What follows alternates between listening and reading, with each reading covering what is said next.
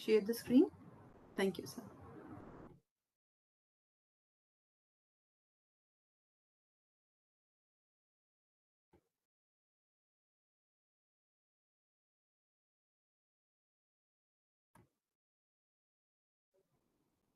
Sir, is my screen visible? Yes, ma'am. And sir, it is moving? Yes, yes. Yeah. Thank you. Thank you, sir, for the kind introduction, and welcome everybody for a new session, which is on industry perspective and challenges. So I have been associated with a quantum startup. So it is actually the first quantum deep tech startup, QNU Labs. Now, I joined this after my postdoc from Bose Institute. So it was an exposure to a different world, and also a journey from academia to industry, which started at QNU. So a lot of learnings and a lot of work we had done. And thereafter, I moved to CDAC. It's now 3 years in CDAC, and we have a team of 17 people. And we have a quantum optics lab, a full-fledged lab running, and we have been demonstrating the technologies, some of which we had already discussed in the last session, and some we'll be talking today. The reason I spoke, about this background is because it comes from this experience, which I'm presenting it to you. And as sir was saying, what could be the future activities, or what can be taken up as research topics with the students. I mean, I think there is a lot, and both from the software and from the hardware side. And it is also, the requirement is also for multidisciplinary skill set. And again, a reason why you have different disciplines in the quantum technology course as well. So the first slide talks about the challenges in today's quantum industry in India. When I started my journey at QNU, I think it was the first, and there were other startups. Uh, I don't think that time there was any quantum startup. So it was quite a challenge there. Um, some 3 years back, there were about 10 to 15 startups in India. But when the iHub announced its launch, where they're supporting Indian startups, and they were about 50. So you can imagine the growth. And recently, one of the interns, BTech in computer science, she joined us, and she joined us out of her own curiosity. And yesterday or day before yesterday, I saw that she's a founder of a company she launched. It's on quantum applications, quantum machine learning applications.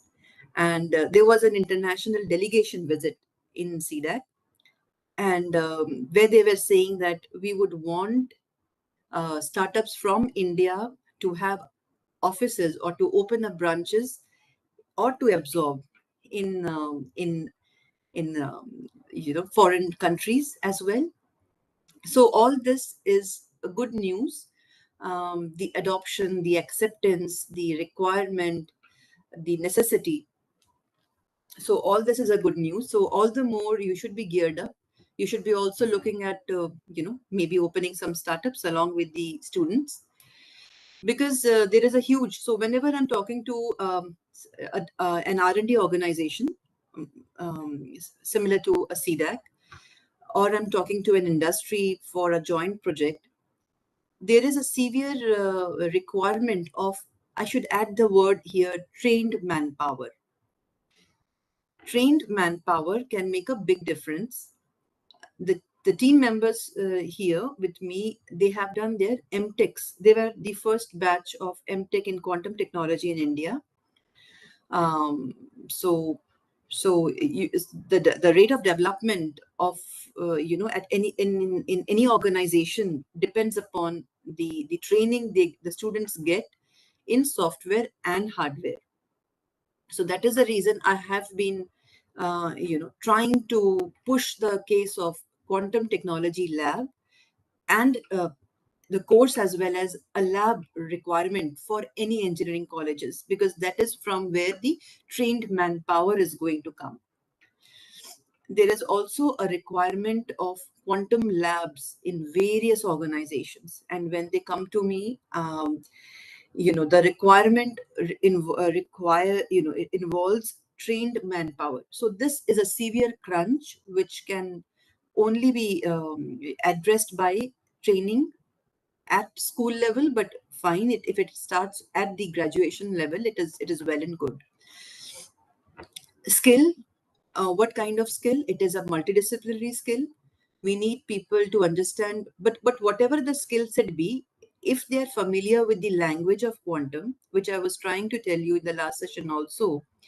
So each and every word has a meaning in the classical Newtonian physics and in the quantum physics. Even the word superposition is a classical, there is a classical superposition which happens, and but when we are talking about, it is actually the quantum superposition, where you are visualizing the information, the bit itself in a superposition of two states. So it is a different way. So unless you feel the subject, you see it in you do it experiments with them, it is difficult. Otherwise, it's on the belief. Okay. So skill is very important. Multidisciplinary again.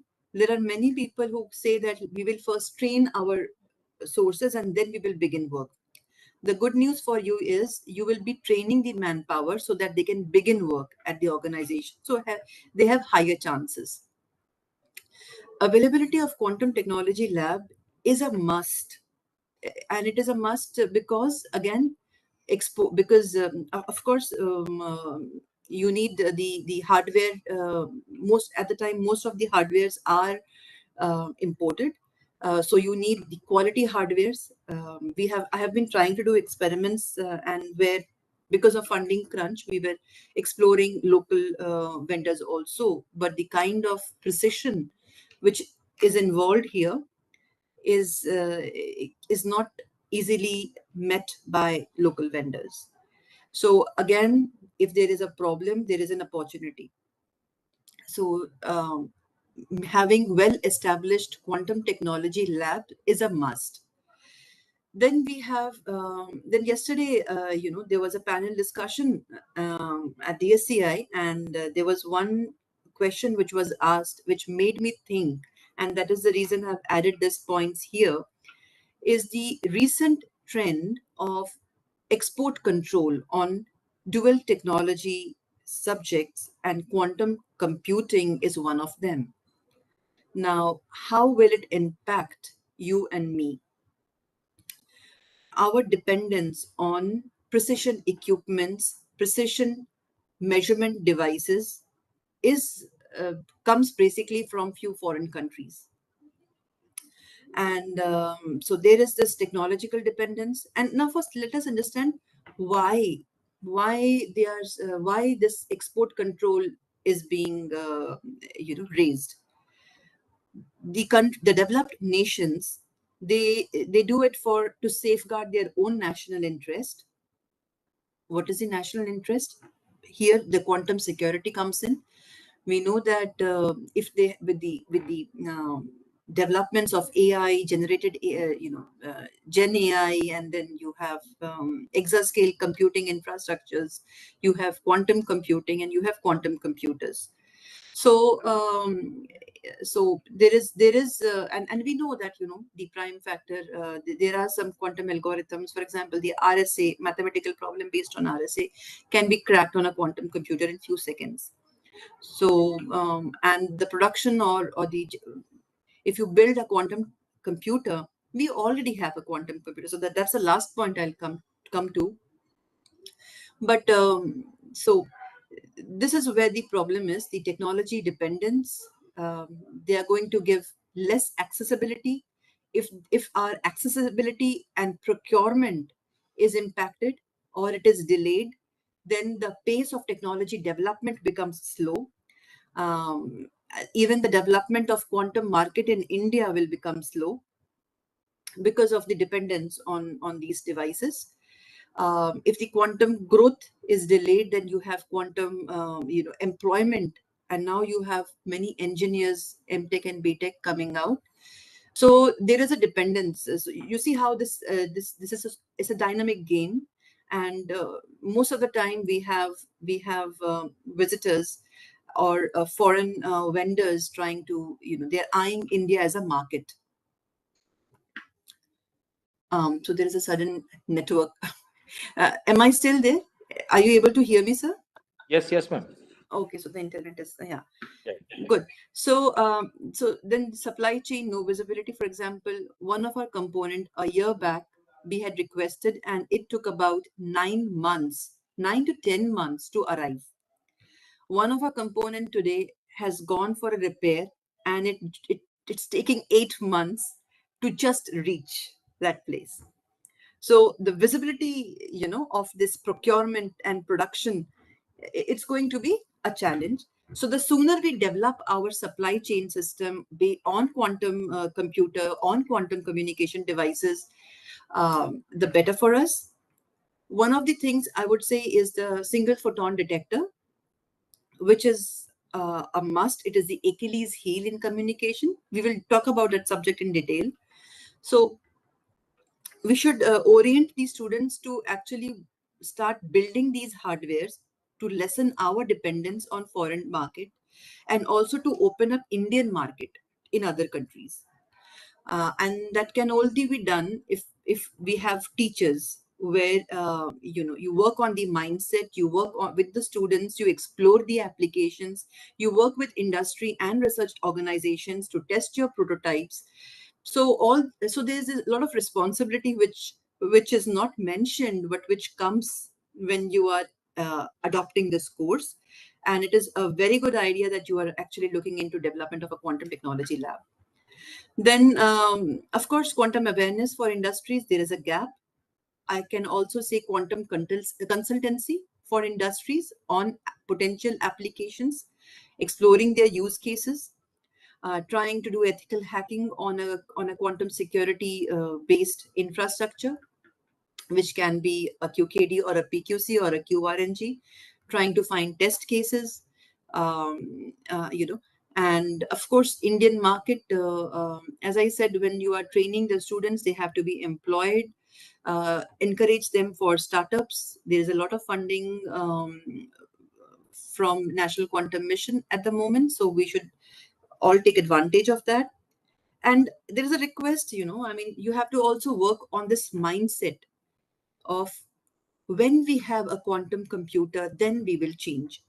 Now, what I observed last 7 to 8 years, I have been hearing this question has been given to me in panels. When we have, how ready we are. So it is very hurting because, and again, this is something which teachers can only, have to inculcate in the minds of students, because after 5 to 6 years, they are going to go in the Indian administration, Indian industries. I think is key. We already have a quantum computer. What is TRL 7? Technological readiness level 7 means some a prototype has been developed, it has been demonstrated in lab, it has been demonstrated with real environment.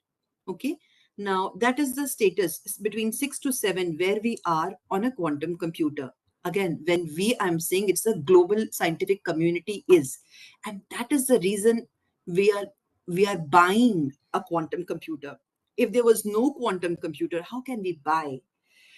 And the thing is, again, we have noisy quantum computer, but when we get logical qubits, the millions, today the requirement to break in RSA 2048 is millions of qubits. But once we have a quantum computer, say 1,000 qubit quantum computer, with logical qubits, we will be able to do the job in tens of thousands of qubits. We do not need millions of qubits. So that is something which the world is seeing, but in our country, we are still looking at it as when we have a quantum computer. Sir, we are having export control so that we do not get the material. If so, what makes a logical qubit? It is also a very interesting topic. What is a quantum logical qubit? So for that, I will encourage you also to study the five criterias of Division-Coase principle on which a quantum computer is built, where stability, fidelity is very important. Means how correct the value is, how stable you can do the operation for how many seconds. Today it is in milliseconds, so you cannot do too many operations. So the world is continuously investigating, and they have already announced one logical qubit or 10 logical qubit coming up in few years. They have said that 2035 is the I hope I'm not boring anybody, because maybe you had come from a different experience. I hope I'm going in sync, or otherwise I can quickly move to the next slides, which from where the technical content start. No, no, ma'am. You are going in the right direction. Please proceed. Okay, thanks. So, what I just want to summarize here, the idea is we have a quantum computer because we are buying one, and because the world is exercising export controls. Do we need a million qubit quantum computer? No, we need tens of thousands of logical qubit based quantum computer. The world is working on distributed quantum computing, where they sync up two quantum computers, say 1,000 qubit here, 1,000 there. So you have 2,000 or 10,000 here, 10,000 there, 20,000 there. Okay, so so they are continuously improvising. They are building the architecture. They are building the infrastructure to house such systems, and all that is already happening. The very significant part is they have announced it's mandated 2035. So anybody from your college going out for an industry, there is a mandate for all communication to be post quantum secure. Okay, so post quantum secure would mean that those algorithms are assumed to be quantum safe. And few times it has happened that something which NIST has published has been, has been broken by a classical computer, because we're using AI, exascale. So there are chances. So there will be an immediate requirement to update the infrastructure. Okay, and if you visit such conferences, no, the people talk about X plus Y greater than or equal to Z, then you are safe. What does that mean? It's very important. Please listen to it carefully. X is the shelf life of the data. Y is the migration time of the data. And Z is the time when a quantum computer will arrive. Okay. So the countries, the global market, the global security, they all are looking at this. They're looking at the growth, and they have presented a pessimistic view of, or pessimistic chances of having a quantum computer that can break RSA 2048 by 2030, by 2040, around 2035 to 2040. And that is also the reason where they have mandated 2035 as a transition to quantum. Okay, so if you have a shelf life of 10 years, you have a migration time. Now please note that any migration in the network system, any upgradation of any algorithm, it takes many years. So if I'm taking 8 years for classical to or removing any vulnerable algorithms, uh, and replacing it with PQC, it will take about 8 years. Okay, so you have 10 years, you have 8 years, say another 10 years, so 20 years. So if the quantum computer comes less than 20 years, then there is a crypto apocalypse, which means shutting out of banks. Many players will be losing their jobs. Many industries will fall. So there is going to be a Y2Q, Y2K we have heard. So something like that. And I'm not talking big. It is something which is going to happen, and that is the reason the world is taking steps. And we are still thinking when we have a quantum computer. So I will request you all to please, because whenever you are saying you are the role models, I have the highest regards for teachers. So whatever you say is going to be there in the minds, in the fresh minds, you know. So please be careful, and please do surveys. Please go through the review reports. You can request such reports from National Quantum Mission. They should tell you, so you know that so much is being done, so much is there, and we have to tell ourselves that we are actually in the quantum era. And it is a matter of, you know, when we are hearing the so there's going to be goods and the bads. The goods lies in the quantum algorithms also, where there are so many algorithms which are going to give you high precision, which is going to give you benefits, like maybe in case of radiology, it's going to reduce the radiation time. So you will see many advantages, and along with that, whoever is being proactive, they are going to benefit that sector, and lot of revenue is also there, and that is also the reason people are exploring this quantum applications. Now, with that, we will talk about quantum security today. Um, so in a quantum security, you have Alice and a Bob. Alice is trying to send a message to Bob. Now, if he wants to say, "Hi, Bob," so that message has to be encrypted. How do we do the encryption? So if the message is "Hi," so you have an H and an I, and say you have a message 1, which means I will shift the letter, the number associated with that letter by 1. Okay. So if it is suppose H, then I shift it to number 9, which is I. So I will be sending I, and similarly, I'm sending J. So the word HI is the message, K is the key is 1, and here IJ is the cryptogram. The receiver, when he receives the key, otherwise he do not know, na? He will be trying all the 26 cases. So once he receives the key 1, he will subtract and he will be able to derive the message hi. Now, this is looks very simple. The challenge here, which the classical world is not able to solve, or there is no solution for that, is the distribution of the key. Today, when we travel over train, we will see that the armed men, they are carrying random numbers or keys in suitcases, and the instruction is, you know, whoever tries to open it, you shoot. So or you are trying to send the key through some courier or some pen drive, or there are different mechanisms. Basically, you are not able to ensure whether the the key is not copied, cloned, monitored, interrupted by anybody. There is no mechanism. Okay. There is a famous line which I usually put it in the beginning of my presentations on quantum security, which means, you know, that basically it's a human mind, and you cannot cook a cipher which another human mind cannot solve. So this also brings me to an example of the famous one-time password algorithm. Okay, so now, you know, when I'm again talking about security, let me again categorize it into two sections. One is the which I have not written here, of course, which is the information theoretic security, which is a security which is not bounded by computational, or which refers to computational unbounded adversary, which means he has huge resources.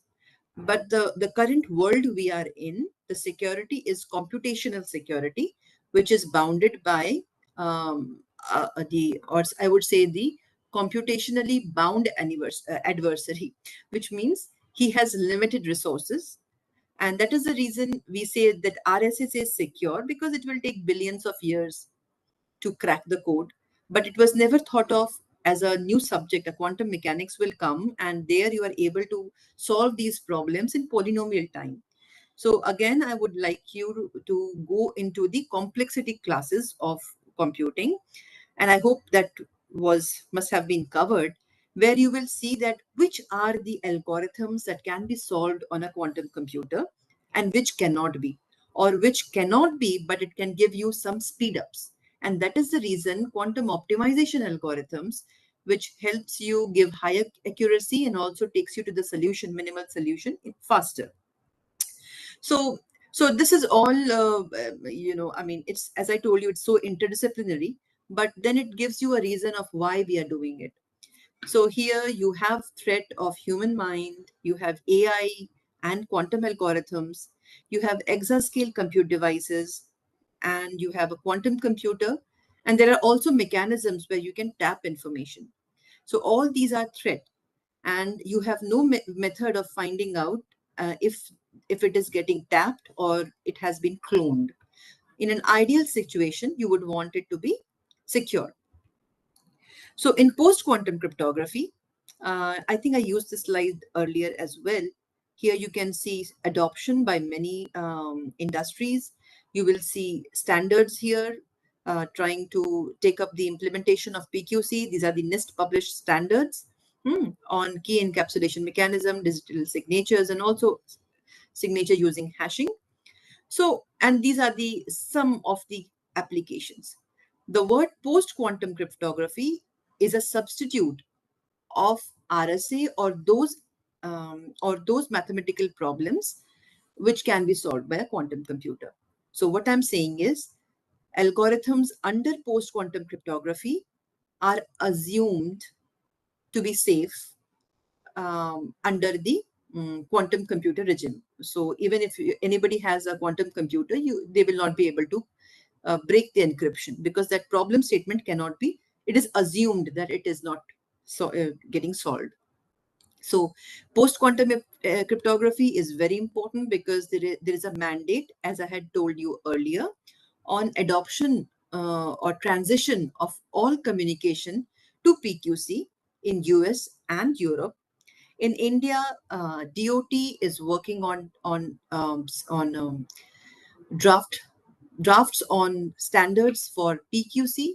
QKD is already out. I think PQC is already out, and QRNG is getting formulated.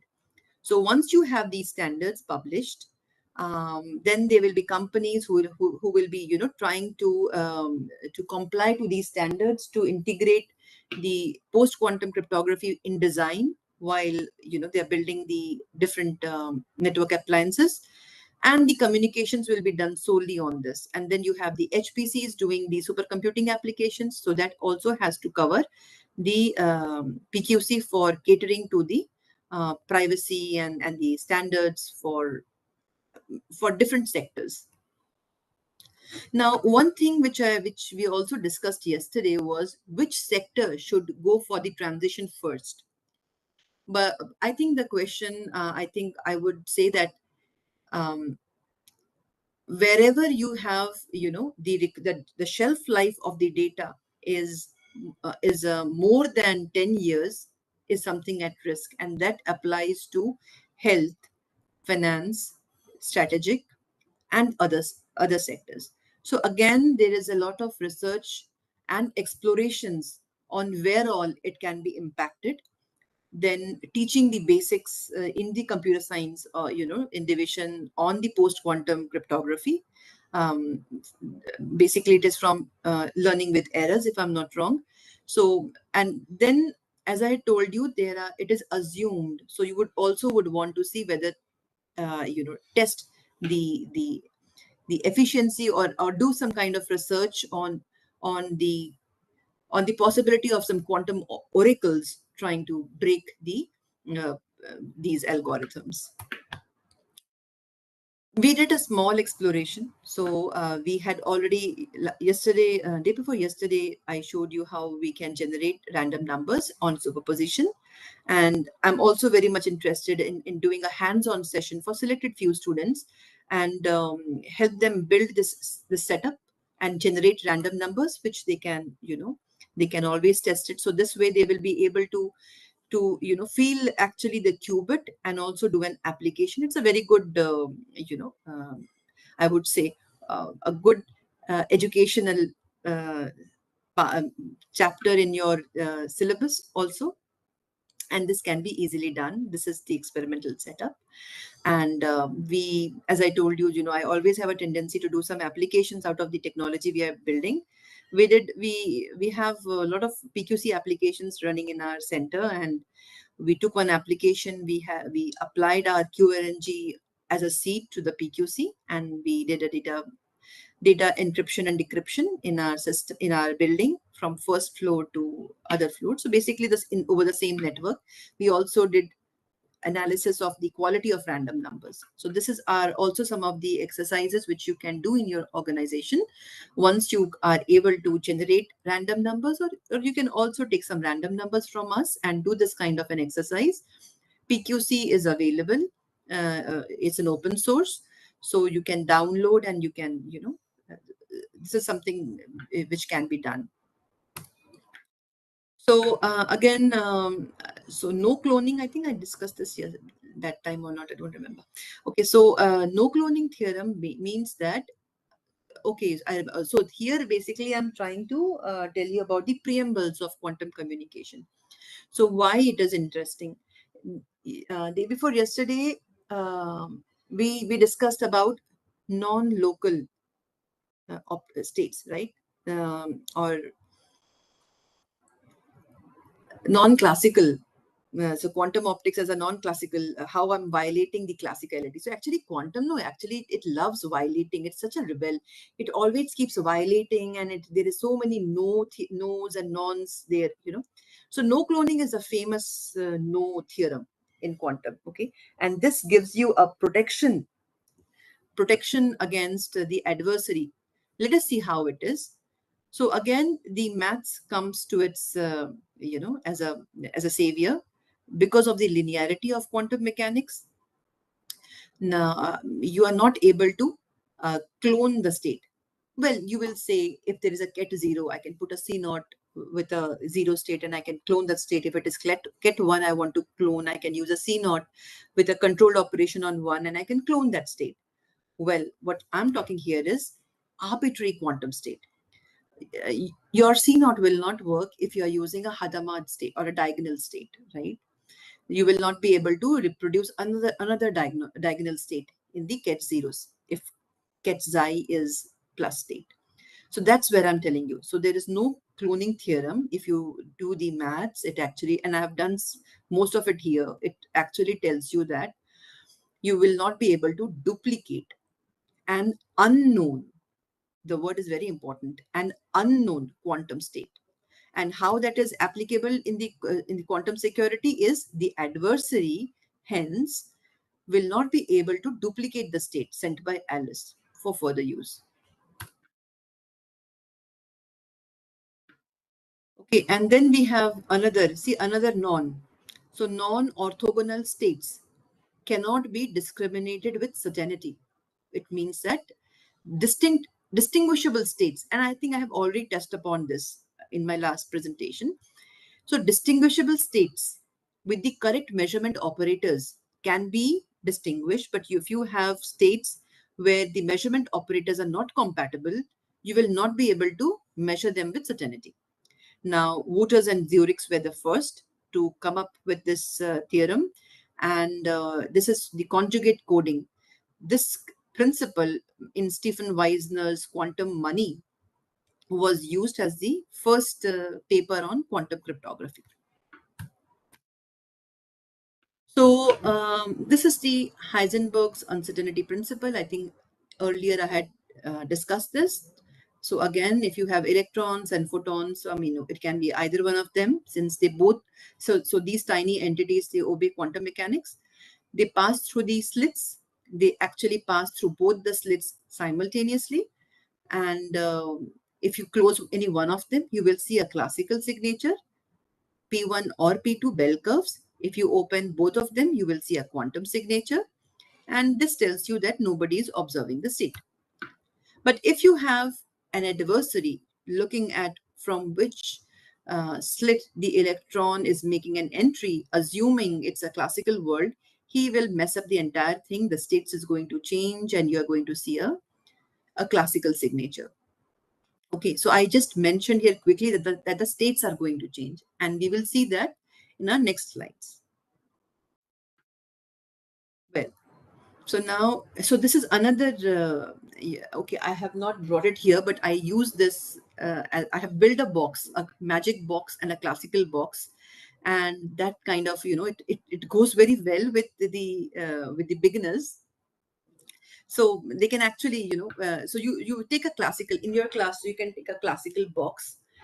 So I should also acknowledge my supervisor, Professor Shom Shubhra Bandyopadhyay. I was discussing this with him, and it started from a TEDx talks. That how this quantum has to be communicated in simple language. So what we do is we take a box, okay, and we keep a ball. So blue ball and a red ball. Now those who know quantum, have some idea about quantum, please think zero as and red as ket 0, ket 1, and yellow and green as diagonal states, plus, ket plus, and ket minus. Okay. So now if you have a classical box and you have a red ball inside it, you keep opening the box, you will always see the red ball. If it is a blue ball inside, you will always see a blue ball. Correct, no? You will never see a red ball if blue ball was inside, right? And same goes for the other two balls. If the ball inside the box was a red ball, then if I'm opening the box, okay, now when I'm saying opening the box, I should also tell you that each side of the box corresponds to some measurement operators. Something I think which I had mentioned earlier also when I was talking about. No, is it? In the earlier slide, no, I was talking about the measurement operators for measuring a ket 0 state or a ket 1 state. So these are those ones. So you have measurement operator which can distinguish between 0 and 1, or diagonal state, computational basis states. So it can be a blue and red. And this opening of this side would mean that you will be able to, you'll use measurement operators which can distinguish yellow and green.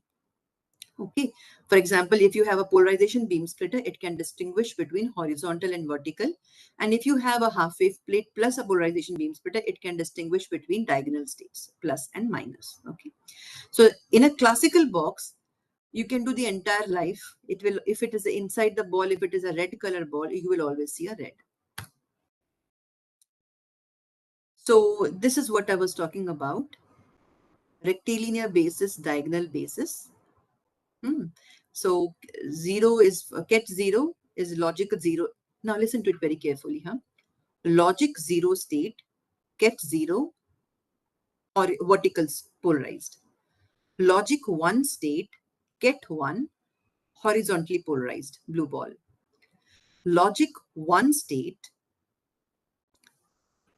ket plus diagonally polarized, 45-degree polarized light, yellow ball. Logic 1 state, ket minus, green ball, 135-degree polarized light. Okay.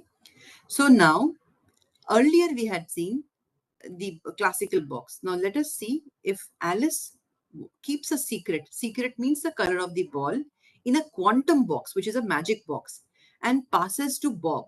But while passing, there is an intruder who comes and steals the quantum box, and maybe he has seen or maybe he has not seen. I do not know. Okay, and sends it to Bob. Now let us see how this interaction or this measurement is going to be done.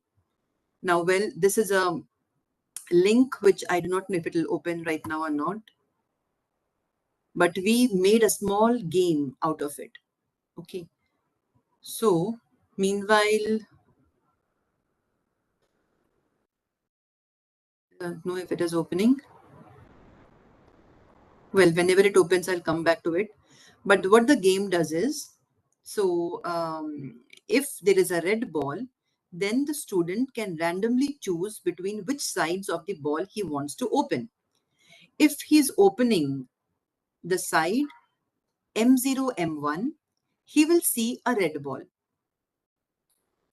Okay. So if the Eve opens the ball with M0, M1, he will see red color and he will send it to Bob. Bob will open the box because Alice told him that which side to open. He will open it correctly and he will see a red ball. Okay. So that means everything is okay, but he's not able to find out whether the eavesdropper is there or not. Correct, no? Because the eavesdropper was there, but by chance he has opened the correct side. Now, let us say, now actually the scene is the Eve will not know. Eve is not supposed to know what is the state. Okay, so this is the one of the security principles, that Eve will not know the state, and that is how the no cloning theory works. So now suppose Alice sent red ball in the box and she told Bob, please open in M0, M1. Okay. Now that is a secret. So that secret message, now since I'm trying to explain it in simple language, so this explaining of which side to open does not convey that whether she said a red ball or a blue ball. Okay, she's only saying that please open the 0, 1. It can also be he can open randomly any of the sides and then he will validate, see if I've opened the right side or not, and then Alice will say this is not the right side, then he will drop it. Okay, so this is a condition. I will repeat. Alice puts a red ball, she sends it to Bob and says, please open or measure using M0, M1. Okay, so now the adversary, who does not know which side of the ball it is, or let me say, I think there will be, because there are teachers here, I should be very, very careful. So let me say that the information which, which is given to Bob, maybe it is given after the measurement. Okay, so now even the intruder has no chance because there is no communication. I think that will make me safe as well as, and also keep Alice and Bob safe right now. So again, I'm saying the situation. Alice puts a red ball and sends it to sends it to Bob. Eve does not know, and he now opens using M plus M minus. The beauty of quantum is, when Eve is opening through plus and minus measurement side, the state becomes either a green or a red or a yellow. That means the initial state has changed. Okay, so this is the no cloning theorem. So now unknowingly Eve will open, oh, it's a green ball, say for example, a green ball, and he will close the box and he will send it to Bob. And when Bob opens the box, he does it randomly, because now, as we discussed, he should not have any prior information. He opens the box randomly and he sees, say for example, he opens the correct side. He uses M0, M1. Okay, and if he uses M0, M1, he sees it's a red. Then Alice will say, fine, it's a red. But he will also see a blue, because it's a random measurement now. The initial state was green. It will be randomly red and randomly blue. So if he sees a blue, then Alice will say, oh, well, you're not supposed to, this is an error which has occurred. So they will note as Cuber, 1 bit out of say 10 is error. Now, if Bob notices such error more than a threshold, he will be able to identify that there is an eavesdropper who is, playing or who is watching whatever photons is coming from Alice to Bob, right? So this is very simple, right? Measurement will change the state. Measurement will collapse the state. Cloning is not possible. So based on these three, we have, oh, here is the maths, yeah. So based on these three comes the BB84 QKD. So I was trying to explain BB84 QKD using the scheme. Now, this is a simple maths which I have done for you. These are the measurement operators. So the reason why the state changes comes from the maths. Okay, we find that M plus and M1 state do not commute. When they do not commute, that means you cannot measure them simultaneously, or you will not get correct measurement. And once they commute, for example, M0, M1 commute, then it is equal to 0. So you will be able to measure these states correctly. So these are the simple maths. Again, I have explained this for you. Now, let us look at the QKD architecture. So, quantum key distribution, if I would just bring the Alice and Bob again. In quantum key distribution, the name itself, distribution, is not proper. What it means is you are generating keys simultaneously. These keys are symmetric keys and they will be utilized for encryption. Okay, this is a symmetric key. This example is a symmetric key. What it means, the encryption and decryption keys are same. Okay, if the key is 1 here, the key becomes 5, then again it's another cryptogram. Okay, so unless you have the same key here, you will not be able to unlock the message. So in QKD, it's a hardware. You will see the hardware boxes in the slide. You have it one in the Alice end, the transmitter and the receiver. So QKD again is a point-to-point secure communication in the presence of an adversary. So imagine the magic box is with Bob. Alice is sending all the information. Okay, there's a quantum channel added to the classical channel. So she will be sending the quantum states over the quantum channel, and the quantum channel is insecure channel because Eve can attack that. Classical channel is a secure channel. Why? Because it has to have prior authentication. QKD is not solving the problem of authentication. Okay, so it has to be authenticated and encrypted, but encrypted again. So for that again encryption, you will be using the keys. So you will be using the keys generated via QKD.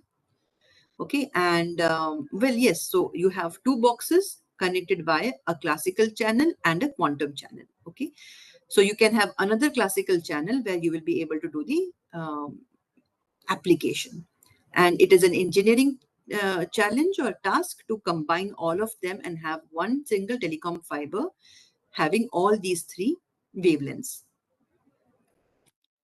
So now let us look at the system architecture, what it involves.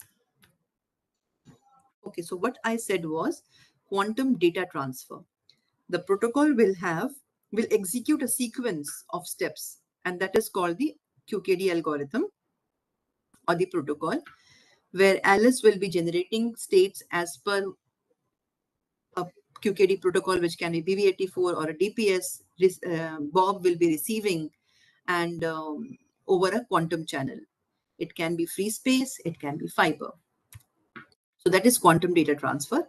And one important thing which I should have mentioned here is, in any of the communication, information about the key is shared, but key is not shared. Okay. So when you are sharing the information about the key, there is certain kind of information leakage which will be happening.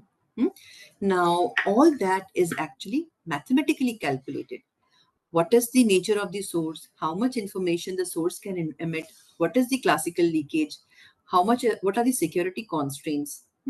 All that is taken into account, and proper analysis is done. And then we extract the information that can be shared. We make it as much as the mutual information between Alice and Bob should be high, and between an adversary and Alice should be the minimum, but it will never be zero. So we have to quantify, and then we do some kind of an hashing basically. And that is also the reason that the key size is very less compared to a classical system. We generate at in about megabits or kilobits. Okay, we are not able to generate gigabits, but the communication today between two systems is very high and at a very high rate. Okay, so but the beauty of generating random numbers using QKD or symmetric random numbers, as I would say, is it is forward secure. Forward security is there. There is no seed in there. So and and if somebody is trying to monitor the communication, we can detect the presence. So all this adds to its advantage. The quantum part is only quantum data transfer. Rest all of the things are classical in nature. So if there is anything you would want to ask, then we can take a pause and we can have few questions if you want.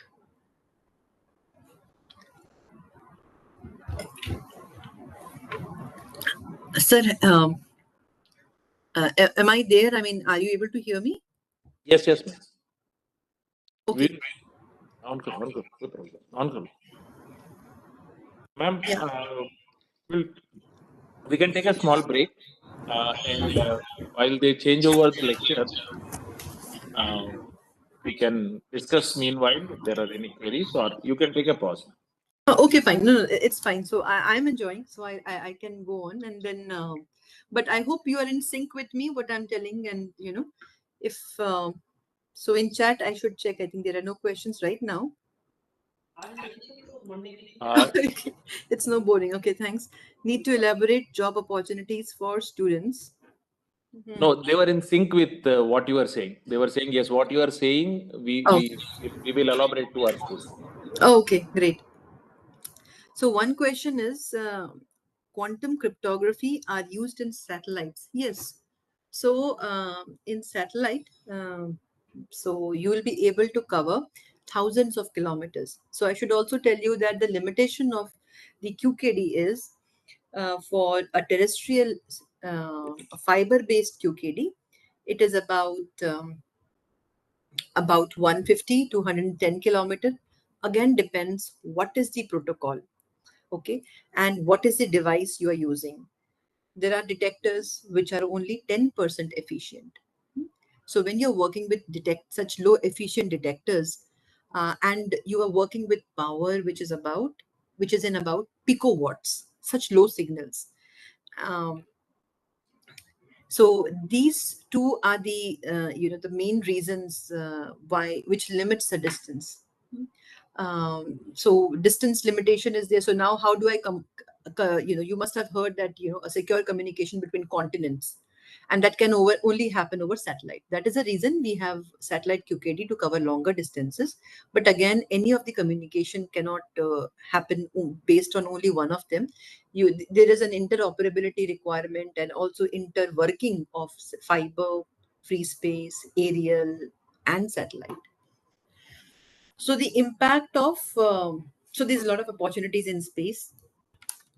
Then we're talking about the Shor's algorithm. So it's very interesting, and I think so. There are so many things we can discuss there, but Shor's algorithm, it works particularly on the Fourier transform, quantum Fourier transform. Now, quantum Fourier transform, apart from breaking the factorization, has so many applications in different domains and also in health sector, particularly radiology.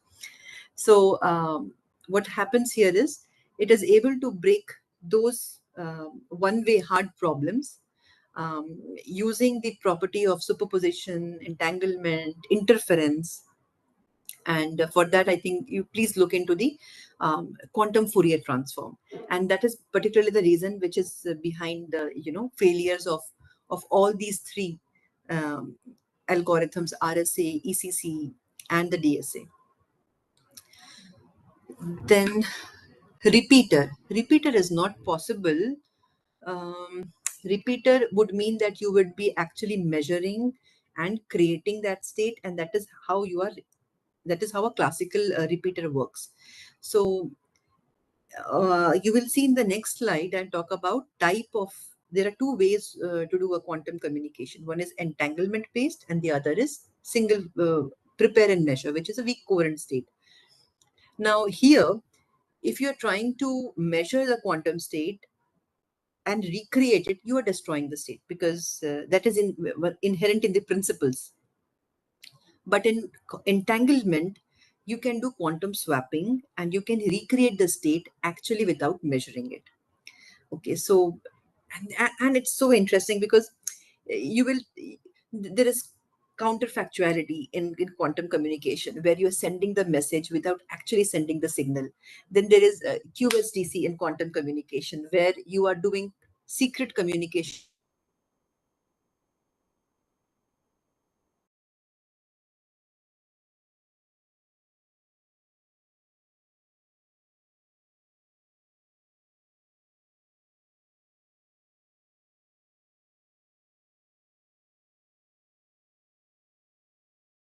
get into any of the field, quantum communication, there is so much to it.